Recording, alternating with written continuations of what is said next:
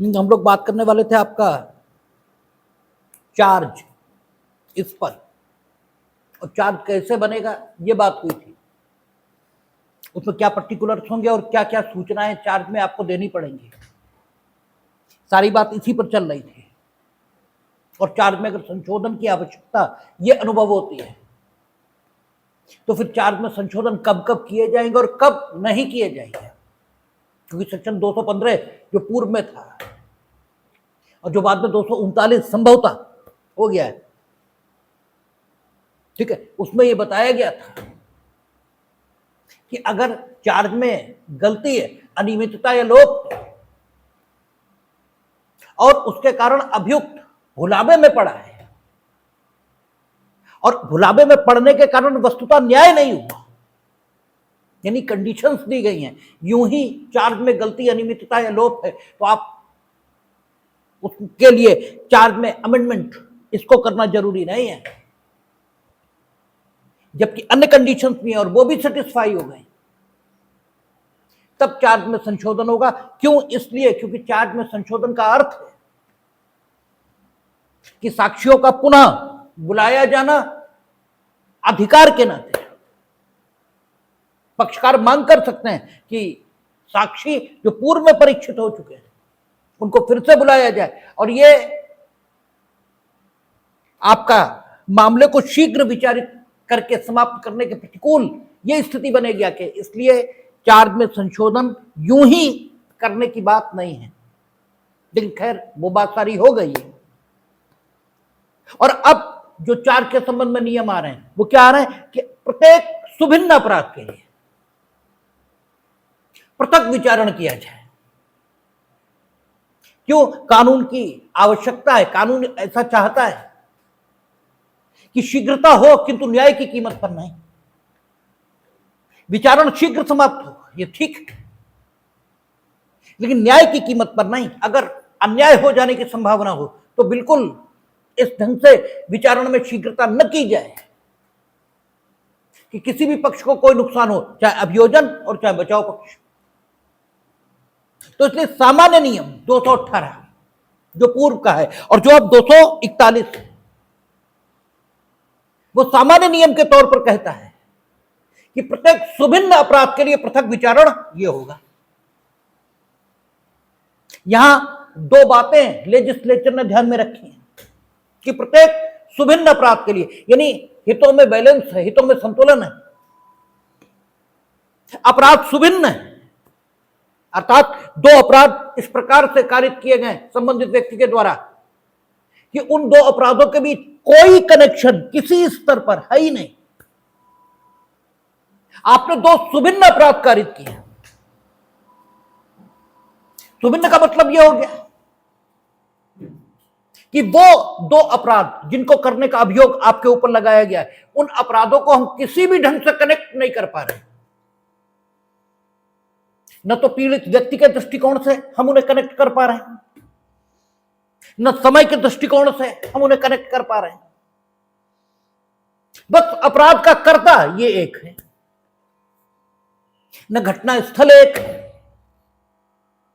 चलिए अपराध से पीड़ित एक ही व्यक्ति है, बार बार अभियुक्त के द्वारा उसी व्यक्ति के विरुद्ध अपराध कारित किया गया है, लेकिन प्रत्येक बार भिन्न स्थान पर, प्रत्येक बार भिन्न समय पर इस प्रकार उसने पृथक पृथक अपराध किए कि उन अपराधों को किसी भी ढंग से कनेक्ट नहीं किया जा सकता। तो उन अपराधों को क्या कहेंगे? सुभिन्न। वो भिन्न ही नहीं है, सुभिन्न है। भिन्न एक ही स्थान पर एक व्यक्ति के विरुद्ध एक ही समय में आपने एक से अधिक अपराध यह कारित कर दिया, उसी स्थान पर उसी समय आपने उसे मारा भी, गाली भी दी, लूट भी लिया, तो यह अपराध भिन्न है किंतु सुभिन्न नहीं है। अलग अलग तो हो रहे हैं लेकिन इस प्रकार अलग अलग नहीं हो रहे कि इन्हें सुभिन्न कहा जा सके। जब इनका विचारण होगा तो साक्षी जिन्हें आहूत करना होगा इस अपराध को साबित करने के लिए वे लगभग एक जैसे होंगे, क्योंकि अपराध भिन्न है किंतु सुभिन्न नहीं है। इसलिए इन भिन्न भिन्न अपराधों के लिए पृथक विचारण चलाया जाना यह अपेक्षित नहीं होगा, क्योंकि अगर इन भिन्न भिन्न अपराधों के लिए, ठीक है, यह अपराध परस्पर भिन्न है, लेकिन अगर हम इन भिन्न भिन्न अपराधों के लिए पृथक विचारण चलाएं तो समय, संसाधन सबकी सिर्फ बर्बादी है, इसके अलावा कुछ नहीं होगा। क्योंकि साक्ष्य वो तो समान ही होगा, क्योंकि अपराध परस्पर कनेक्ट हो रहे हैं। जब एक साबित होगा तो ही दूसरा साबित होगा। लूटने से पहले मारा है, गाली लूटने के संव्यवहार में दी है, तो ये अपराध भिन्न है किंतु सुभिन्न नहीं। इसलिए 218 में जो बेसिक नियम आया, 218 जब हम कहें तो आप 241 मानेंगे, जब हम 219 बोले तो आप 23 जोड़ लेंगे अकॉर्डिंगली। तो स्थिति क्या बन रही कि आप चूंकि भिन्न भिन्न अपराधों के आरोपी हैं, लेकिन अपराध परस्पर भिन्न तो है किंतु सुभिन्न नहीं है, सु शब्द लगा दिया। They are not properly distinct, वो एकदम डिस्टिंक्ट ऑफेंस हैं ऐसा नहीं कहा जा सकता, विभिन्न हैं, सुभिन्न नहीं है। तो लेजिस्लेचर ने कहा प्रत्येक सुभिन्न अपराध के लिए पृथक विचारण होगा। इसका मतलब यह हुआ कि legislature is going to permit कि if the offences are not distinct, अगर ऑफेंसेस जिनके लिए हमें अभियुक्त का विचारण करना है वे सुभिन्न नहीं है, तो उनके लिए एक ही विचारण किया जाएगा, अर्थात एक आरोप की विरचना होगी। अगर अपराध कैसे सुभिन्न नहीं है, सिर्फ भिन्न है, और सुभिन्न नहीं है सिर्फ भिन्न है, तो आरोप की विरचना, ठीक है, एक विचारण में की जाएगी और उस आरोप के अनेकों शीर्ष होंगे, क्योंकि एक ही स्थान पर परस्पर संबंधित एक से अधिक अपराध किए गए हैं जो भिन्न भिन्न है किंतु सुभिन्न नहीं है, इसलिए उनके लिए हम एक विचारण करना चाहते हैं, ठीक है ना। तो जब उस विचारण के लिए हम आरोप बनाएंगे तो उस आरोप में एक से अधिक शीर्ष होंगे, और इसीलिए आरोप की डेफिनेशन में हम लोगों ने देखा था 2C में उन्होंने कहा था आरोप को परिभाषित करते हुए कि जब आरोप में एक से अधिक शीर्ष हो तो प्रत्येक शीर्ष आरोप के अंतर्गत आता है। अब अपराध अगर सुभिन्न है, ये भी हो सकता है सुभिन्न हो, और अगर सुभिन्न है तो फिर पृथक विचारण, यही नियम है, ठीक है ना। अगर अपराध सुभिन्न है, अब देखिए एक चीज यहीं पर बेसिकली समझ लेंगे, अपराध सुभिन्न है और अपराध के कर्ता कई सारे हैं, अपराध सुभिन्न है और अपराध का कर्ता एक है, एक ही अपराध है और एक ही अभियुक्त है, एक ही अपराध है और कई सारे अभियुक्त हैं, ठीक है, कई सारी स्थितियां हो सकती हैं। तो एक एक चीज को दिमाग में रख लेंगे ताकि आगे जब हम लोग उसमें प्रवेश करेंगे तो कोई मिसकंसेप्शन न हो। फर्स्ट ऑफ ऑल आप एक बात ध्यान रखेंगे कि पृथक विचारण का मतलब है अपराध सुभिन्न होना चाहिए, और चूंकि सु ये शब्द लग गया भिन्न शब्द से पहले, तो केवल भिन्न होना पर्याप्त नहीं होगा कि पृथक विचारण चलाया जाए, इसके लिए अपराध सिर्फ भिन्न हो, इससे काम नहीं चलेगा। अपराध सुभिन्न होने चाहिए तब पृथक विचारण किया जाएगा, अन्यथा एक ही विचारण इसमें आरोप लगाए जाएंगे, और जब एक ही विचारण में आरोप लगेंगे तो अगर अपराध एक से अधिक है और सुभिन्न नहीं है, एक से अधिक है और सुभिन्न नहीं है, तो 220 ये काम में आएगी।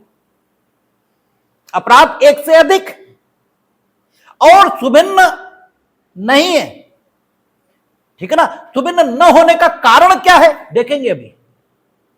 सुभिन्न न होने का कारण अलग बात है, लेकिन सुभिन्न नहीं है, भिन्न है, भिन्न है लेकिन सुभिन्न नहीं है।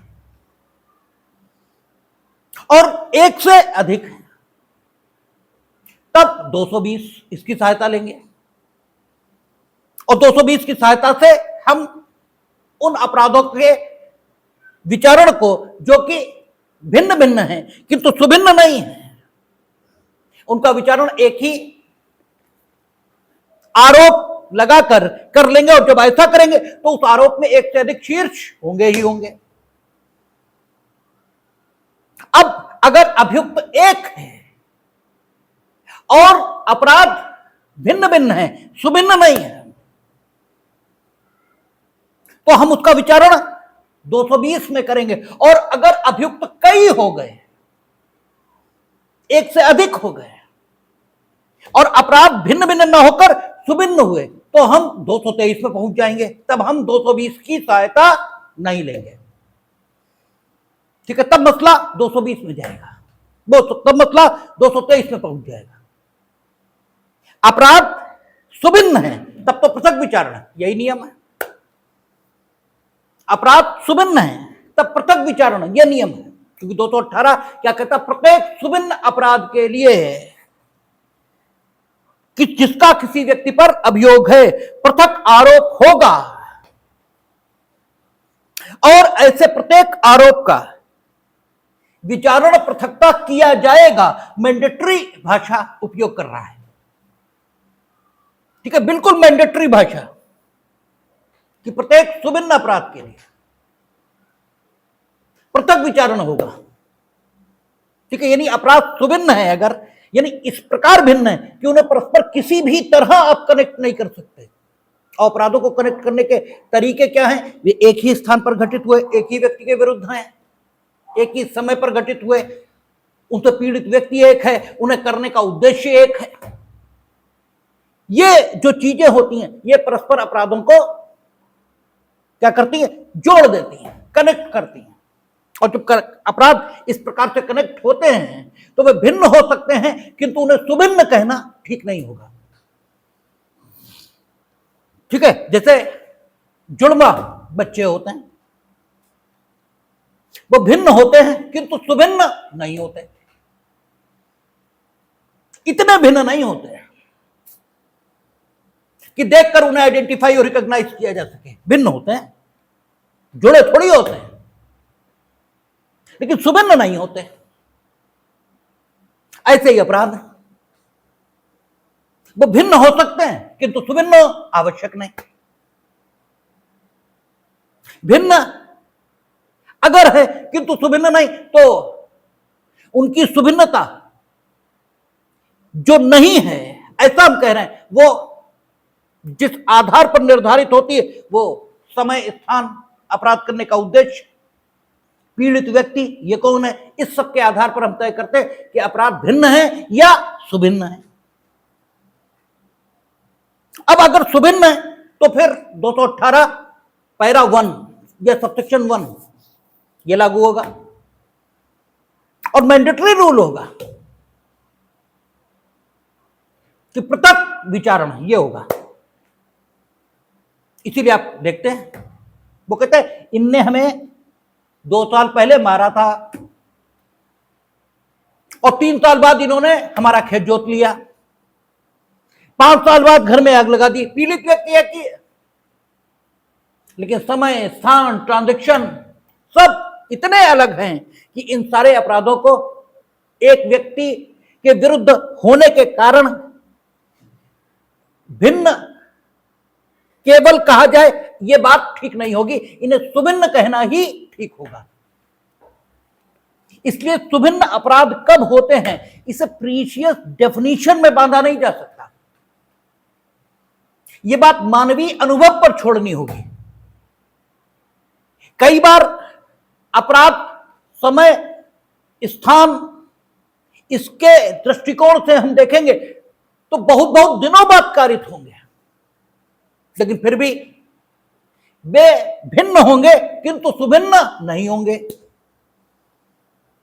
और कई बार अपराध एक ही दिन में कारित होंगे, यानी घंटों का अंतर उनके बीच होगा, लेकिन फिर भी वे सुभिन्न होंगे। ठीक है, उन्हें सिर्फ भिन्न कहना यह ठीक नहीं होगा। तो यह अनुभव, जैसे हमने आपको अभी यहीं मारा, उसके बाद आप चले गए थाने के बाहर, आप रिपोर्ट लिखा रहे थे, हमें फिर मिल गए, हमने फिर मारा। ठीक है, अब देखिए मिनटों का अंतर है, लेकिन फिर भी यह अपराध सुभिन्न है। ठीक है, यह भिन्न नहीं है, सिर्फ यह एक ट्रांजैक्शन में नहीं हो रहा है। ठीक है, यहां पर ट्रांजैक्शन कंप्लीट हो गया था, हमने आपको मारा, बात खत्म हो गई। अब आप रिपोर्ट लिखाने पहुंचे, तो हमने आपको इसलिए मारा कि आप रिपोर्ट लिखाने कैसे आ गए। अब बात फिर बदल गई है, तो इसलिए यह बात सिर्फ अनुभव पर छोड़नी होगी। जब न्यायालय में मामला आएगा तब यह तय होगा कि ये अपराध जिनको करने के लिए हम अभियुक्त को विचारित करना चाहते हैं, ये सुभिन्न है या भिन्न है। नियम हमें पता होना चाहिए कि यदि सुभिन्न है तो पृथक विचारणा, ये नियम है। सुभिन्न है या नहीं है, यह हमें तय करना होगा। कैसे? जो विवेचना में संकलित साक्ष्य है, उसके आधार पर हम ये तय करेंगे कि अपराध जिनका हम विचारणा करने जा रहे हैं, ये सुभिन्न है या भिन्न है। इसीलिए फ्रेमिंग ऑफ चार्ज किसकी जिम्मेदारी है? न्यायालय की। संकलित साक्ष्य के आधार पर यह हम तय करेंगे कि जो कुछ जिसके बारे में हम आरोप की विरचना करने जा रहे हैं वो सुभिन्न है या भिन्न है। अगर हम पाते हैं वो सुभिन्न है, सुभिन्न कब होगा? ठीक है, यह भी आपको बताया कि जब उन अपराधों को परस्पर जोड़ने के लिए कोई आधार उपलब्ध ही नहीं है। ठीक है ना, या एक से अधिक आधार हम देख भी ले, प्रयोग करने की भी कोशिश करें, तो भी कोई युक्ति संगत मनुष्य ये नहीं कहेगा कि अपराध परस्पर जुड़े हुए हैं। जैसे ठीक है, पीड़ित व्यक्ति एक, अपराध का कर्ता एक, समय और स्थान में बहुत कम अंतराल है। हमने यहां मारा और आप बाहर निकले, आपने कहा हम तो पुलिस में शिकायत करेंगे जाके, हमने फिर मारा बाहर, तो 2 मिनट का अंतर है। अपराध के घटना स्थलों में बहुत थोड़ा अंतर है, लेकिन फिर भी हो सकता है ट्रांजैक्शन टूट गया हो और इन्हें भिन्न अपराध, ठीक है, इसके अलावा सुभिन्न अपराध यह भी मान लिया जाए। एक बड़ा मोटा मोटा आप फार्मूला समझ लेंगे कि जब कोई युक्ति संगत मनुष्य अपराधों को परस्पर जोड़ने वाली कोई कड़ी न देख पाए तो अपराध सुभिन्न होते हैं। और अगर अपराधों को कोई एक ऐसी चीज है या एक से अधिक ऐसी चीजें, मिनिमम एक और मैक्सिमम एक से अधिक, कोई ऐसी चीज है जो अपराधों को परस्पर जोड़ रही है, वो उद्देश्य हो सकता है, वो पीड़ित व्यक्ति हो सकता है, वो समय हो सकता है, वो स्थान हो सकता है, वो उद्देश्य, पीड़ित, और ये सारी चीजें मिलकर हो सकती हैं। अगर अपराध परस्पर जुड़ते जा रहे हैं तो फिर अपराध भिन्न है किंतु सुभिन्न नहीं है। ठीक है, एक मोटी बात आप समझ लेंगे। और अपराध का कर्ता अगर एक है तो हम 219, 220, 221 इनमें से किसी की सहायता ले, लेकिन 223 की ओर नहीं देखेंगे। और अपराध के कर्ता यानी अभियुक्त गण अगर एक से अधिक हो जाएंगे तो फिर हम 223 की ओर ही देखेंगे। ठीक है ना, 223 के आधार पर हम फिर एक विचारण करेंगे यदि अपराध परस्पर सुभिन्न नहीं है। और सुभिन्न कब है कब नहीं है, यह मानवीय अनुभव और ज्ञान का विषय है। वहीं पर तय करना पड़ता है कि यह सुभिन्न है या भिन्न है, उसके आधार पर सारी चीजें तय हुई। अब हमने पाया सुभिन्न है। ठीक है, तो सुभिन्न है तो न्याय की मांग यह है कि अगर सुभिन्न है तो फिर उनका पृथक विचारण ही होना चाहिए, क्योंकि साक्ष्य अलग अलग होगा, क्योंकि सुभिन्न है ना, उन्हें परस्पर जोड़ने वाली कोई कड़ी ये मौजूद ही नहीं। और जब उन्हें परस्पर जोड़ने वाली कोई कड़ी नहीं मौजूद, तो फिर न्याय की कीमत पर तेजी ये थोड़ी लाई जाएगी विचारण में। अब परस्पर अपराध सुभिन्न है तो साक्षी अलग होंगे। अब अगर आपने एक विचारण चला दिया तो दो साक्षी आएंगे और दोनों डिफरेंट तथ्य न्यायालय के समक्ष अभिकथित करेंगे और दोनों की प्रतिपरीक्षा हमें करनी होगी, यानी बचाव पक्ष को करनी होगी। और दोनों की प्रतिपरीक्षा के आधार बिल्कुल अलग होंगे, क्योंकि घटनाएं सुभिन्न हैं। तो ऐसी दशा में अन्याय होगा। इसलिए नियम क्या है? नियम यह है कि प्रत्येक सुभिन्न अपराध के लिए पृथक विचारण है। सुभिन्न अपराध है तो पृथक आरोप, पृथक विचारण। पृथक आरोप का मतलब पृथक विचारण हो गया। और अगर सुभिन्न अपराध इसके लिए पृथक विचारण, इसका मतलब ही यहां इंप्लाइड आ गया कि अगर अपराध सुभिन्न नहीं है तो फिर संयुक्त विचारण ये भी हो सकता है। तो सामान्य नियम यह कहता है कि प्रत्येक सुभिन्न अपराध के लिए पृथक विचारण होगा। लेकिन अगर 219 की दशा है तो अपराध सुभिन्न हो भी तो भी क्या होगा? संयुक्त विचारण हो जाएगा। क्यों? 219, 220, 223 ये एक्सेप्शन है किसके? 218 के। सामान्य नियम क्या आ गया? सबसे पहले आपके सामने आरोप की विरचना के लिए मामला प्रस्तुत हुआ, तो सबसे पहले आप क्या परीक्षित करेंगे? सबसे पहले आप परीक्षित ये करेंगे कि अपराध सुभिन्न है या अपराध सुभिन्न नहीं है।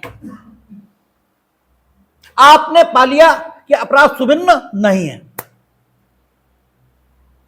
ठीक है। अब आप ये देखेंगे कि अपराध का कर्ता ये कौन है।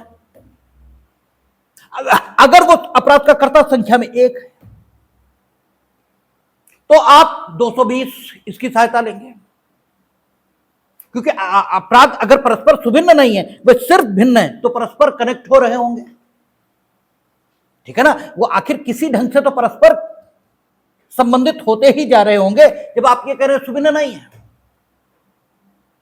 तो आप अपराधों को परस्पर कनेक्ट करने के बाद ये देखेंगे कि अपराध करने वाले लोग कितने हैं।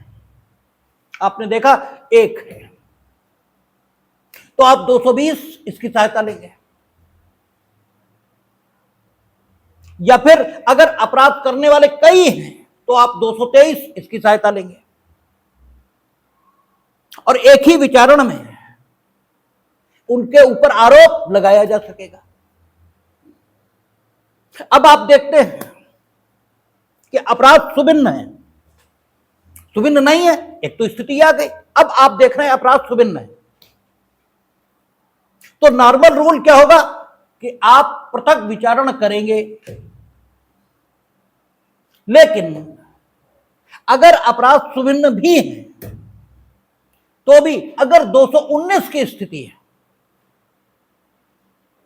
ठीक है, 219 की स्थिति है, तो अपराधों के सुभिन्न होने के बावजूद उनका संयुक्त विचारण हो सकता है। सुभिन्न है तो भी, ठीक है, सुभिन्न है तो भी उनका पृथक विचारण न करके उनका संयुक्त विचारण किया जा सकता है 219 के अंतर्गत, ठीक है। लेकिन अगर अपराधी एक है, अपराधी शब्द गलत निकल रहा है, अगर अभियुक्त एक है, क्योंकि अभी तो विचारण हम शुरुआत कर रहे हैं ना, तो अपराधी शब्द का प्रयोग नहीं कर सकते। अगर अभियुक्त एक है और अपराध सुभिन्न है किंतु 219 की डेफिनेशन में आ रहे हैं, तो अपराधों के सुभिन्न होते हुए भी संयुक्त विचारण हो जाएगा।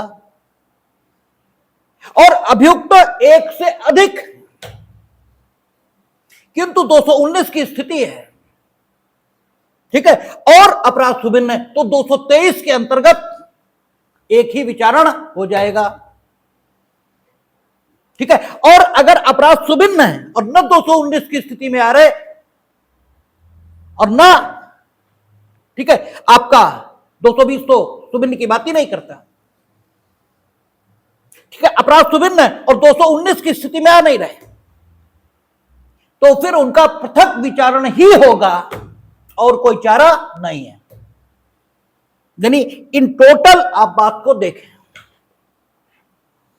इन टोटल बात निकल कर आ रही है कि अगर अपराध सुभिन्न नहीं है और अपराध का कर्ता एक है तो 220 इसकी सहायता आप लेंगे और एक ही विचारण।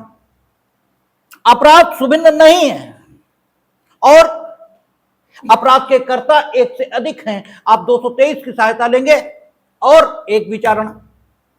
अपराध सुभिन्न है, अपराध सुभिन्न है किंतु 219 द्वारा बताई गई स्थिति के भीतर है। अपराध सुभिन्न है किंतु 219 द्वारा बताई गई स्थिति के भीतर है और अभियुक्त एक है, ठीक है, तो आप एक ही विचारण चला सकेंगे। अभियुक्त एक से अधिक और अपराध सुभिन्न है और 219 द्वारा बताई गई स्थिति के भीतर है, तो आप 223 की सहायता से एक विचारण चला सकेंगे।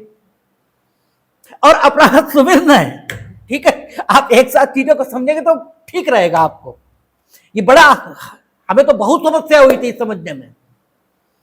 और अपराध कैसे है? सुभिन्न है और वो 219 की स्थिति में नहीं है।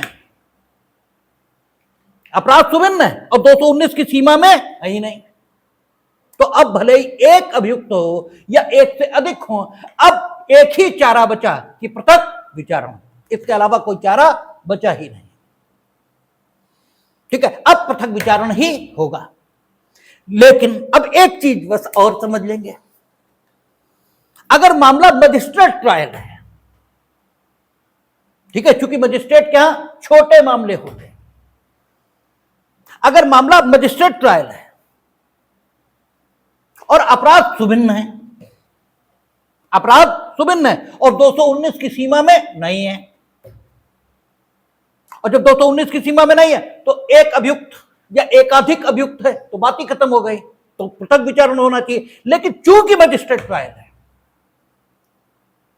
इसलिए रिस्क लिया जा सकता है, क्योंकि वहां बहुत सजाएं नहीं होंगी, अधिकतम 7 साल, और उसके ऊपर सेशन कोर्ट बैठा है अपीलेट कोर्ट के तौर पे, तो वहां यह कहा कि अगर अपराध सुभिन्न भी है किंतु मजिस्ट्रेट ट्रायल है, रहे सुभिन्न, मजिस्ट्रेट ट्रायल है, सुभिन्न है और 219 की सीमा में भी नहीं है, तो अगर अभियुक्त ऐसा चाहता है, क्योंकि पृथक विचारण हमने किसके फायदे के लिए रखा कि प्रत्येक सुभिन्न अपराध का पृथक विचारण यह अभियुक्त के फायदे के लिए रखा गया ताकि उसे दिक्कत न आए। और अगर हम आपकी जेब में 10,000 की गड्डी रख रहे और आप खुद ही निकाल के फेंक रहे हो तो आप जानो, ये बात तो अभियुक्त के फायदे के लिए रखी गई थी। तो अगर अभियुक्त ये चाहता है मजिस्ट्रेट द्वारा विचारण योग्य मामले में कि यद्यपि अपराध सुभिन्न है और 219 की सीमा में भी नहीं है, लेकिन फिर भी उनका एक ही विचारण में विचारण पूर्ण कर दिया जाए सुभिन्न अपराधों का, उनके विरुद्ध एक ही विचारण में सुभिन्न अपराधों के लिए आरोप लगा दिया जाए उस दशा में भी जबकि 219 की स्थिति नहीं है, तो ऐसा किया जा सकता है। हमने कहा किया जा सकता है, हमने ये नहीं कहा कि किया जाएगा। मजिस्ट्रेट ये देखेगा, क्योंकि मजिस्ट्रेट किसका प्रतिनिधि है? राज्य का, और न्याय किसको करना है? राज्य को। अगर अन्याय हुआ तो अभियुक्त से कोई नहीं पूछेगा कि तुमने क्या कहा था, बात राज्य की आएगी, तो मजिस्ट्रेट राज्य का प्रतिनिधि है, जिम्मेदारी उसकी है। तो अगर मजिस्ट्रेट का यह विचार है, अभियुक्त की प्रार्थना है कि डिस्टिंक्ट ऑफेंसेस, उसके जो विभिन्न अपराध हैं, उनका भी इस स्थिति के बावजूद कि 219 की पोजीशन नहीं है, फिर भी एक ही विचारण में आरोप लगा दिया जाए और एक ही विचारण में उसका विभिन्न अपराधों के आरोप पर विचारण पूर्ण कर दिया जाए और मजिस्ट्रेट की राय यह है कि ऐसा करने से कोई खास नुकसान नहीं होगा, तो ऐसा भी किया जा सकता है। इसका मतलब क्या निकला कि विभिन्न अपराध की दशा में पृथक विचारण नियम है, ठीक है ना। विभिन्न अपराध की दशा में पृथक विचारण ये नियम है। एक्सेप्शनली जब मसला विभिन्न अपराधों का हो किंतु 219 की दशा में आ जाए, मसला विभिन्न अपराधों का है किंतु 219 की दशा में आ गया, तो एक ही विचारण में आरोप लग सकता है। और अगर एक से अधिक अभियुक्त हैं तो फिर 223 वो रहेगा। अपराध सुभिन्न नहीं है, परस्पर कहीं ना कहीं जुड़े हैं, एसोसिएट हैं, यानी भिन्न तो है किंतु सुभिन्न नहीं है। तो मसला एक अभियुक्त की दशा में 220 और अनेक अभियुक्त की दशा में 223। और अगर अपराध सुभिन्न है और 219 की दशा में भी नहीं है, तो फिर अगर अभियुक्त चाहता है कि एक ही विचारण में आरोप उस पर लगाकर उसका विचारण कर दिया जाए, तो उसकी यह बात मजिस्ट्रेट ट्रायल में तो मानी जा सकती है, सेशन ट्रायल में कतई नहीं, ठीक है ना। क्योंकि आत्महत्या की सलाह हम आपको नहीं देंगे और आत्महत्या आपको करने भी नहीं देंगे। सेशन कोर्ट वहां गंभीर विचारण हो रहे हैं और गंभीर सजाएं हो रही हैं, इसलिए वहां आप देते रहो एप्लीकेशन, कुछ नहीं, विभिन्न अपराध के लिए पृथक विचारण, यही नियम रहेगा। हां, मजिस्ट्रेट ट्रायल में आपको रिलैक्सेशन रहेगा, यदि आप एप्लीकेशन देते हैं तो सिर्फ आपके एप्लीकेशन पर नहीं, यदि न्यायालय का यह विचार भी है, न्यायालय का भी यही विचार है कि संयुक्त विचारण किया जा सकता है उन विभिन्न अपराधों का, तो फिर हो जाएगा, उसमें कोई दिक्कत नहीं है। अब आप सेक्शन की भाषा पढ़ें तो आपको यही स्थिति दिखाई देगी। क्या कहता है? प्रत्येक विभिन्न अपराध के लिए जिसका किसी व्यक्ति पर अभियोग है पृथक आरोप होगा। यानी नियम क्या है? विभिन्न अपराध के लिए पृथक आरोप। और आरोप के बारे में डेफिनेशन याद रखेंगे कि किसी आरोप में एक से अधिक शीर्ष हो सकते हैं, और अगर ऐसा है तो प्रत्येक शीर्ष पृथक आरोप है, ठीक है। प्रत्येक शीर्ष को भी पृथक आरोप कहेंगे और उस कंप्लीट को भी आरोप ही कहेंगे। और ये जो लोग कचहरी जाते हैं, इन एप्लीकेशन जिस चीजों को देखते हैं तो उन्हें बड़ी आसानी से समझ में आएगी, क्योंकि हरे पेज पर वहां आरोप ऊपर लिखा होता है और फिर 1 2 3 4 ऐसे करके लिखा होता है, और वे अपराध परस्पर सुभिन्न नहीं होते, ठीक है ना, उसी संव्यवहार में होते हैं, ठीक है। तो या तो 220 से गवर्न हो रहा होता है मामला, या 223 से, एक से अधिक अभियुक्त की दशा में 223 से, और एक से एक ही अभियुक्त होने की दशा में 220 से, ठीक है ना। और हमने 219 का चार्ज अभी तक नहीं देखा है, वो चार्ज हमने अभी तक अपनी वकालत के जीवन में नहीं देखा जो 219 के आधार पर बनाया गया हो, क्योंकि 219 परमिट करती है कि 3 डिस्टिंक्ट ऑफेंस, नंबर सीमित करती है, लेकिन ये कहती है कि डिस्टिंक्ट ऑफेंसेस जो है, ठीक है, उनके लिए भी क्या किया जा सकता है, एक ही विचारण में आरोप रख सकता है, यानी विभिन्न अपराधों का विचारण भी एक उसमें हो सकता है।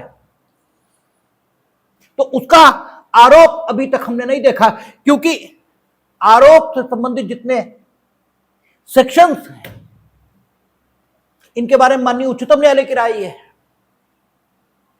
कि इनकी जो प्रकृति है वो कैसी है, परमिसिव नेचर है, इनका इनेबलिंग नेचर है, ये न्यायालय को शक्ति और सामर्थ्य देते हैं कि अगर आवश्यकता हो तो आप इनका उपयोग करें, अन्यथा सामान्य नियम के तौर पर आप यही बात रखें कि प्रत्येक सुभिन्न अपराध के लिए पृथक विचारणा। ठीक है ना, नियम के तौर पर इसी बात को सामने रखें। हां, इनेबलिंग सेक्शन है और इसीलिए आप देखते हैं चूंकि इनेबलिंग मैंडेटरी नहीं है, आरोप से संबंधित एक भी सेक्शन मैंडेटरी नहीं है, इसलिए मसला भले ही 220 में आ रहा हो और एक से अधिक अभियुक्त होने के कारण से मसला 223 के आधार पर एक ही, ठीक है, विचारण में विचारित हो रहा हो। ठीक है, हमने कहा ना कि 220 की स्थिति कब आएगी, जबकि अपराध भिन्न तो है, सुभिन्न नहीं है। ठीक है, भिन्न तो है, सुभिन्न नहीं है, और अपराध का कर्ता एक है तो 220, और अपराध परस्पर भिन्न है किंतु सुभिन्न नहीं, और अपराध के कर्ता एक से अधिक हो गए तो 223। इसके आधार पर एक ही विचारण में आरोप लग जाएगा। क्योंकि इसका नेचर परमिसिव है, इस सेक्शन का नेचर कैसा, इनेबलिंग है, इसीलिए आप कचहरी में देखते हैं कि अगर किसी भी कारण से ऐसा लगने लगेगा कि एक विचारण चलाने में दिक्कत है, तो तत्काल वहां आदेश क्या होता है, साहब कहते हैं इनकी फाइल सेपरेट कर दो। ठीक है ना, तो सेपरेट अगर नियम यही होता, मैंडेटरी यही होता कि नहीं, अगर 220 की दशा है और अभियुक्त एक है तो एक ही विचारण होगा, और 220 की दशा और अभियुक्त एक से अधिक हैं तो 223 में एक ही विचारण होगा, तो फाइल सेपरेट कैसे हो जाएगी। ठीक है, फाइल सेपरेट फिर नहीं हो सकती, इसलिए इनेबलिंग नेचर है इन प्रोविजंस का। अगर किसी भी कारण से ऐसा लगने लगेगा कि पृथक विचारण उचित नहीं है, सॉरी, एक विचारण उचित नहीं है, पृथक विचारण होना चाहिए, तो फिर पृथक विचारण किया जाएगा किसी भी कारण से। कारण यह भी हो सकता है कि एक अभियुक्त 319 की सहायता से, 319 जो अब सेक्शन कौन सा हो गया, ठीक है, 358 या 319 में एक अभियुक्त जिसके विरुद्ध विचारण नहीं चल रहा था, उसे भी साक्ष्य के आधार पर न्यायालय ने विचारित करने के लिए आहूत कर दिया, और 319 या 358 की शक्ति का उपयोग न्यायालय निर्णय सुनाए जाने से पूर्व कभी भी कर सकता है। अब जजमेंट प्रोनाउंस होना था, तो क्या हुआ, 319 या 358 में एक व्यक्ति विचारित होने के लिए आहूत हो गया, और 319 या 358 यह कहती है कि जो व्यक्ति आहूत होकर आएगा, इसके बारे में यह माना जाएगा कि इसके विरुद्ध आज ही मामला संस्थित हुआ है। जब इसके बारे में यह मान लिया जाएगा तो इसका तो अब आरोप बनेगा, और आरोप बनने से पहले इसे नकलें दी जाएंगी, उसके बाद साक्ष्य होगा, तो अब तो मामला बहुत लेट हो जाएगा, और शेष अभियुक्त पूर्णतः विचारित हो चुके हैं, उनके विरुद्ध सब कुछ कंप्लीट हो गया, और वादी मरने वाला है। तो अच्छा यह है कि वादी के सामने कम से कम कुछ लोगों का विचारण तो पूर्ण हो जाए, तो इसलिए फिर इस नियम में रिलैक्सेशन किया जाएगा, क्योंकि यहां सबका अब साथ विचारण हो, यह उचित नहीं रह गया। तो 319 वाले का अलग कर देंगे और शेष अलग। और स्थिति हो सकती है, आपने एफआईआर लिखाई ABCD इनके खिलाफ, और बाद में पता, पुलिस इन्वेस्टिगेशन से पता यह लगा कि अपराध किसने किया, EFGH इन्होंने किया। अब पुलिस इन्वेस्टिगेशन में भी किन्हीं साक्ष्यों के आधार पर पुलिस ने यह निष्कर्ष अभिव्यक्त किया होगा कि EFGH ने अपराध किया है, और आप बताते हैं ABCD ने अपराध किया। तो EFGH जो कह रहे हैं और आपका ABCD जो कह रहे हैं, ठीक है, आप जो कह रहे हैं, ये परस्पर विरोध में आ गया। यद्यपि एक ही घटना के संबंध में वर्जन है सारे लोगों के, लेकिन फिर भी इन दोनों मामलों का विचारण एक साथ अब ठीक नहीं रहेगा, क्योंकि आप तो EFGH उनका विचारण हो रहा, और आपके आधार पर ABCD उनका भी विचारण हो रहा है। ठीक है ना, तो स्थितियां विचारण के दौरान ऐसी भी हो सकती हैं कि किन्हीं भी कारणों से कारण कई हो सकते हैं, किन्हीं भी, एक आ ही नहीं रहा और चार दौड़े जा रहे हैं, ठीक है, एक आ ही नहीं रहा आपने, तो आखिर इन चार को कब तक दौड़ाया जाए? तो चार का मामला सेपरेट करके उनका विचारण शुरू हो जाएगा। तो आपका ये मैंडेटरी प्रोविजन नहीं है, ये सामर्थ्यकारी उपबंध है, ठीक है। और कोर्ट, जो सुप्रीम कोर्ट तक का विचार है कि नियम यही रखना चाहिए कि ठीक है 219 में ये कहा कि सुविन्न अपराध भी हो, तो भी 219 की सीमा के भीतर रहते हुए सुविन्न अपराधों के लिए भी एक ही विचारण चल सकता है, लेकिन चलाइए नहीं। एक्सेप्शंस में ही उपयोग होने चाहिए। और अगर सुविधा है सुविन्न अपराधों के पृथक विचारण के लिए कि तो आप 218 उसका इस्तेमाल क्यों ना करें? सुविन्न अपराध के लिए पृथक विचारण, यही नियम है, बाकी ये सामर्थ्यकारी उपबंध है। तो आप देखें 218 या 241 क्या कह रहा है? प्रत्येक सुविन्न अपराध के लिए जिसका किसी व्यक्ति पर अभियोग है पृथक आरोप होगा, और ऐसे प्रत्येक आरोप का विचारण पृथकता किया जाएगा। यानी यहां पर मैंडेटरी लैंग्वेज का उपयोग कानून कर रहा है कि पृथक विचारण किया जाएगा। आगे एक्सेप्शन में क्या कह रहा है? परंतु जहां अभियुक्त व्यक्ति लिखित आवेदन कर ऐसा चाहता है और मजिस्ट्रेट की यह राय, इसका मतलब परंतु सिर्फ मजिस्ट्रेट ट्रायल को लागू हो रहा है, सेशन ट्रायल को लागू नहीं हो रहा, उसने क्लियर कहा है, और मजिस्ट्रेट की यह राय है, ठीक है, अपराध सुविन्न है, तो 219 अगर लागू हो रही है, ठीक है, हो जाएगा, सुविन्न अपराधों का भी एक विचारण हो जाएगा। लेकिन 219 लागू ही नहीं हो रही, क्योंकि अभी हम लोग 219 देखेंगे, वो कहेगी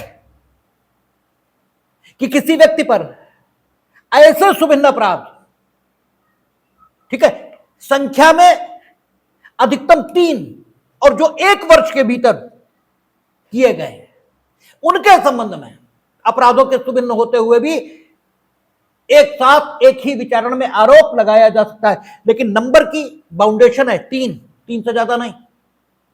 अपराध सुविन्न है किंतु संख्या की दृष्टि से 3 से ज्यादा एक साथ सीमित नहीं किए जा सकते, और 3 वो भी कौन से? जो एक अभियुक्त ने 1 वर्ष की अवधि में, चाहे एक ही व्यक्ति के विरुद्ध और चाहे भिन्न भिन्न व्यक्तियों के विरुद्ध, चाहे एक ही वस्तु के विरुद्ध या भिन्न भिन्न वस्तुओं के विरुद्ध 1 वर्ष की समय सीमा में किए हैं, उन 3 अपराधों का एक साथ विचारण हो पाएगा। इससे अधिक सुविन्न अपराधों का विचारण किसी भी दशा में हो ही नहीं पाएगा, ठीक है, 219 के प्रभाव से, ठीक है, केवल 3, वो भी 1 साल की समय सीमा में। इसका मतलब 219 सुविन्न अपराधों की दशा में सीमित स्थितियों में ही लागू होगी, सदा और सर्वदा 219 लागू नहीं हो सकती। मसला 219 में भी नहीं है, और अपराध सुविन्न, तो भी चूंकि प्रक्रिया हर बात को ध्यान में रखकर बनाई जाती है, इसलिए इस बात को ध्यान में रखा गया कि ठीक है अपराध सुविन्न नहीं है, सॉरी अपराध सुविन्न है, और 219 की सीमा इसमें भी नहीं है। लेकिन ट्रायल मजिस्ट्रेट है, सजा अगर हुई भी तो बहुत कम होगी, और अभियुक्त स्वयं लिखित आवेदन कर रहा है, आवेदन ही नहीं कर रहा, लिखित आवेदन कर रहा है, जिसके फायदे के लिए सुविन्न अपराध है, ठीक है भाई। सुविन्न अपराध के लिए पृथक विचारण का नियम किसके फायदे के लिए? अभियुक्त के फायदे के लिए, और एक मैन ऑफ जनरल प्रूडेंस से, एक सामान्य बुद्धि के मनुष्य से यह अपेक्षित नहीं है कि वो अपने ही हित के विरुद्ध यह काम करेगा। तो अभियुक्त स्वयं लिखित आवेदन करके मांग कर रहा है कि उसका उन सुविन्न अपराधों के लिए जो 219 की सीमा में भी नहीं है, एक ही विचारण में आरोप लगाकर विचारण कर लिया जाए। और मजिस्ट्रेट यहीं पर नहीं रुके, एक और एक्स्ट्रा फिल्टर ये आया, और मजिस्ट्रेट की भी राय है। भाई मजिस्ट्रेट दुश्मन तो है नहीं, और हर आदमी अपनी डिग्निटी और पोजीशन इसे बचाता है। मजिस्ट्रेट की भी राय यह है कि ऐसा करने से कुछ गलत नहीं होगा, तो फिर कोई कारण नहीं दिखता कि ऐसे विभिन्न अपराधों का एक साथ विचारण न कर लिया जाए। इसीलिए उसने क्या लिखा कि परंतु जहां अभियुक्त व्यक्ति कामालिया लिखित आवेदन द्वारा कामालिया ऐसा चाहता है और मजिस्ट्रेट की राय है कि उससे ऐसे व्यक्ति पर प्रतिकूल प्रभाव नहीं पड़ेगा, वह मजिस्ट्रेट उस व्यक्ति के विरुद्ध विरचित सभी यकीनी आरोपों का विचारण एक साथ कर सकता है। सभी यकीनी, यानी फिर सुभिन्न और भिन्न कुछ देखेंगे ही नहीं। लेकिन यह मसला सिर्फ कहां आएगा? मजिस्ट्रेट ट्रायल में, और कहीं भी नहीं। और ये 218 वाकई टफ है, ठीक है, ये वाकई टफ है। लेकिन एक बार अगर बात को पूरी तरह दिमाग में उतार लेंगे फिर कुछ कठिन नहीं होता, फिर कुछ भी कठिन नहीं है, और बात बड़ी सीधी और आसान है। लेकिन बस थोड़ा सा समझ लेना है, ठीक है। सुभिन्न अपराध पृथक विचारण नियम है। सुभिन्न अपराध 219 की सीमा में आ जाए एक साथ विचारण हो सकता है, लेकिन 219 के लिए जरूरी है कि 219 की सीमा में आए और एक ही अभियुक्त रहे। 219 की सीमा में आए किंतु एक से अधिक अभियुक्त हो गए, अब 223 में जाइए। अपराध सुभिन्न नहीं है, किसी कारण से परस्पर संबंधित हो रहे, 220 में आइए, क्योंकि भिन्न है, सुभिन्न नहीं है। और सुभिन्न अपराध के लिए पृथक विचारण ये नियम है, भिन्न के लिए नहीं। अभियुक्त एक है, 220 में आइए, एक से अधिक होगा 223 में आइए। अपराध सुभिन्न है और 219 की सीमा में नहीं है, तो 223 की सीमा में आ ही नहीं सकते।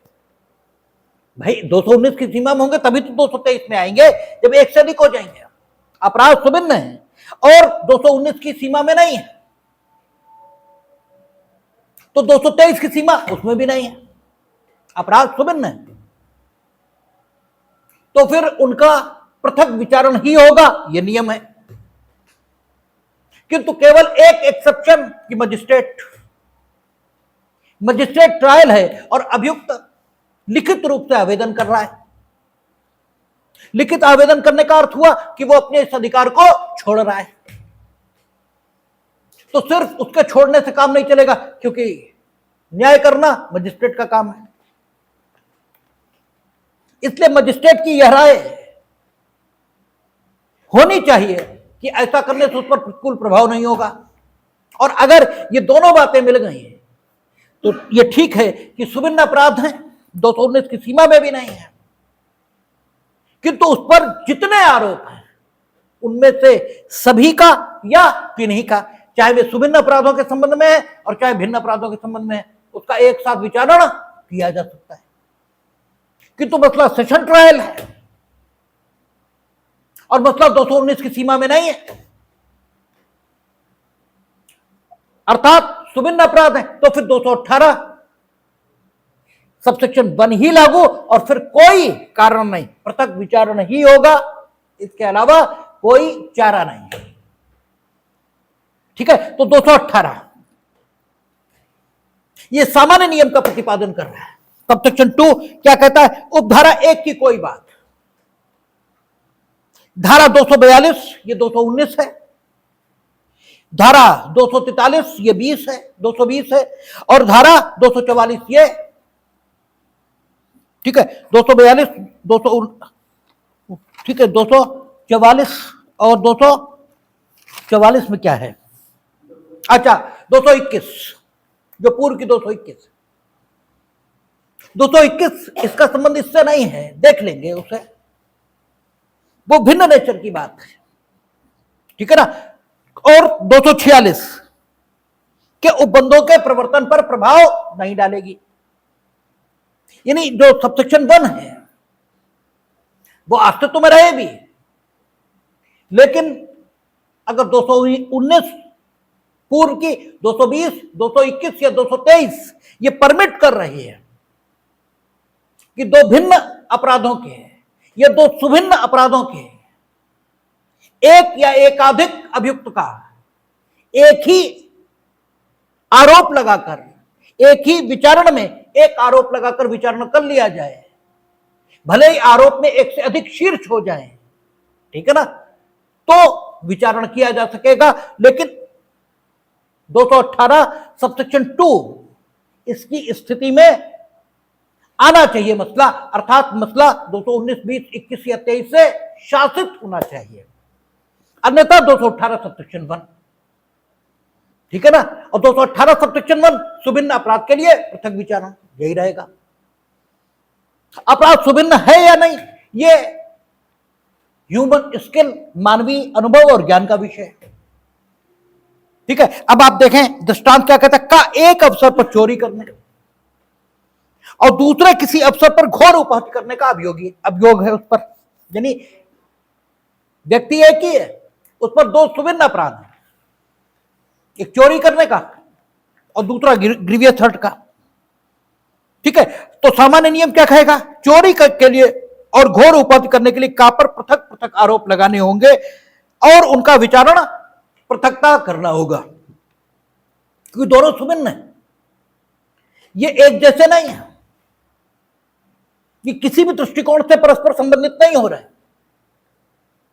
और हमने कहा कि दृष्टांत हमेशा बात को क्लियर करने के लिए दिया जाता है, तो बात को क्लियर करने के लिए उन्होंने बताया है एक अवसर पर चोरी करना और एक अवसर पर घोर उपहत्य, इसका मतलब उन दोनों अवसरों में पर्याप्त भिन्नता है, समय के दृष्टिकोण से भी, स्थान के दृष्टिकोण से भी,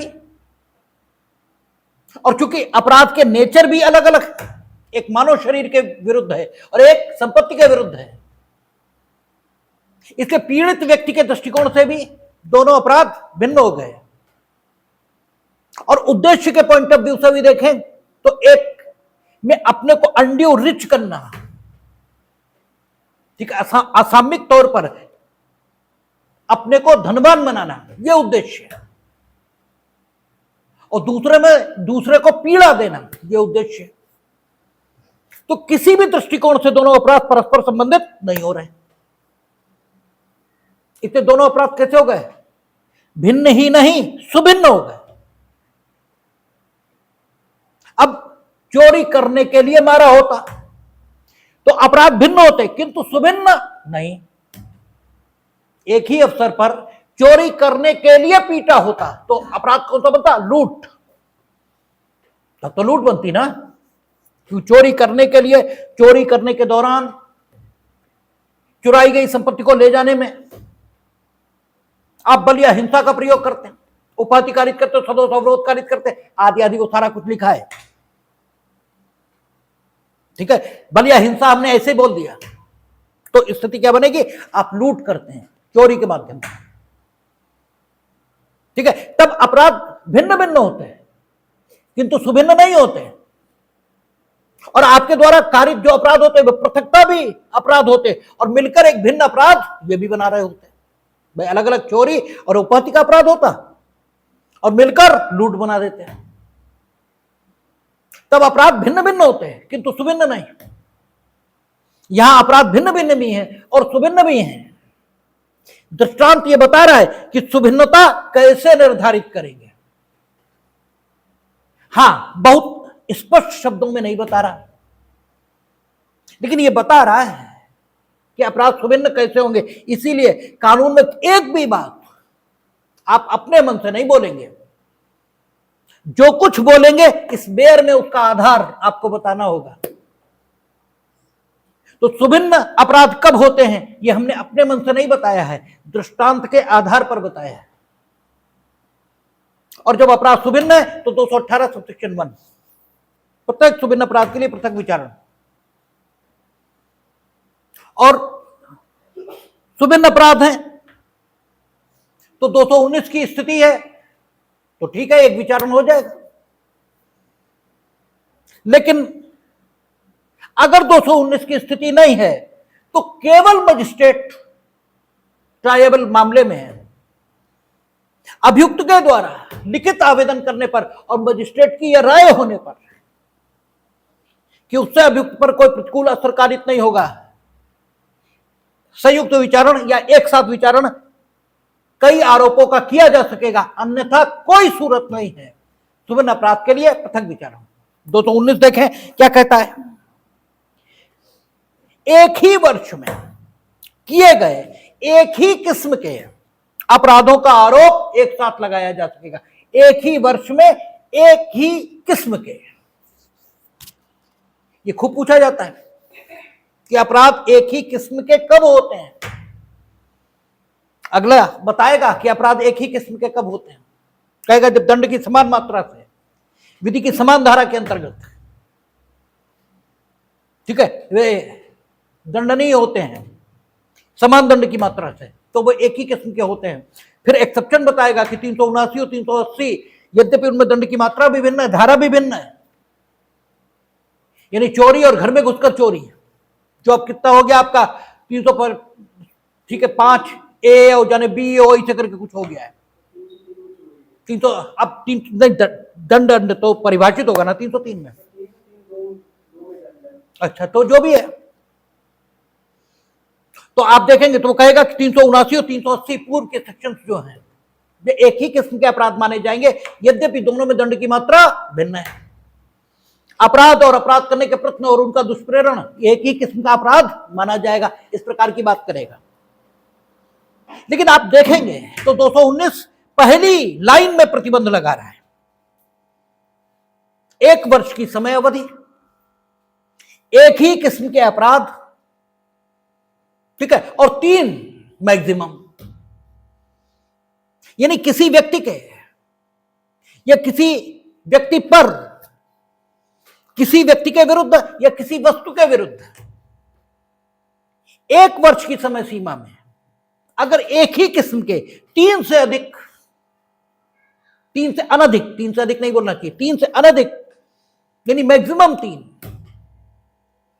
अपराध करने का अभियोग अगर है तो भले ही ये 3 सुभिन्न है, लेकिन इनका एक ही विचारण में आरोप लग सकेगा, इसकी अनुमति 219 दे रही है। और 219 को 218 के एक्सेप्शन के तौर पर सबसेक्शन 2 में वर्णित किया गया, इसलिए यह अपवादिक स्थिति आई है, ठीक है। यह माना गया है कि जब अपराध एक ही किस्म के हैं, एक ही किस्म के और 1 वर्ष की समय सीमा के भीतर किए गए, तो चाहे एक व्यक्ति के विरुद्ध किए गए या अनेक व्यक्तियों के विरुद्ध किए गए, अर्थात वे भिन्न है, सुभिन्न है, क्या है इससे मतलब नहीं। क्या होगा, उनका एक विचारण में आरोप लगाया जा सकेगा, लेकिन 3 से ज्यादा नहीं। और इस सेक्शन के आधार पर बना आरोप आज तक हमने देखा भी नहीं है। आज हमारी वकालत हो रही है कितने साल की, 25 साल की, ठीक है। हम 12 फरवरी सन 2000 को कचहरी गए थे और आज कितनी फरवरी हो गई, आज 3 फरवरी, 9 दिन कम है 25 साल में, बस 9 दिन बाद 25 साल मेरी वकालत होगी, और 25 साल में हमने 219 का आरोप नहीं देखा है, बनता नहीं है। ये इनेबलिंग सेक्शंस हैं, इनका उपयोग नहीं करते हैं, ठीक है, क्योंकि क्या कह रहा है देखें, जब किसी व्यक्ति पर एक ही किस्म के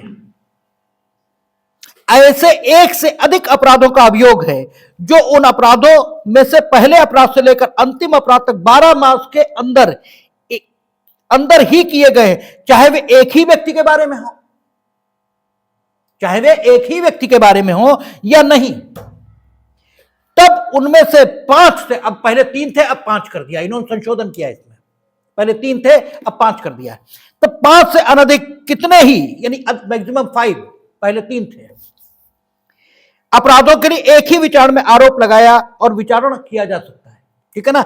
इसका मतलब अपराध भले ही सुभिन्न है, क्योंकि एक ही व्यक्ति के विरुद्ध या 1 से अधिक व्यक्तियों के विरुद्ध 1 वर्ष की समय अवधि में, ठीक है। अगर 5 से अधिक अपराध किए, 1 वर्ष की समय अवधि, 1 जनवरी में किया, दूसरा जुलाई में किया, तीसरा अगस्त में किया, तो समय तो भिन्न हो गए, स्थान भी भिन्न हो गए, समय स्थान संबंधी कोई शर्त नहीं है।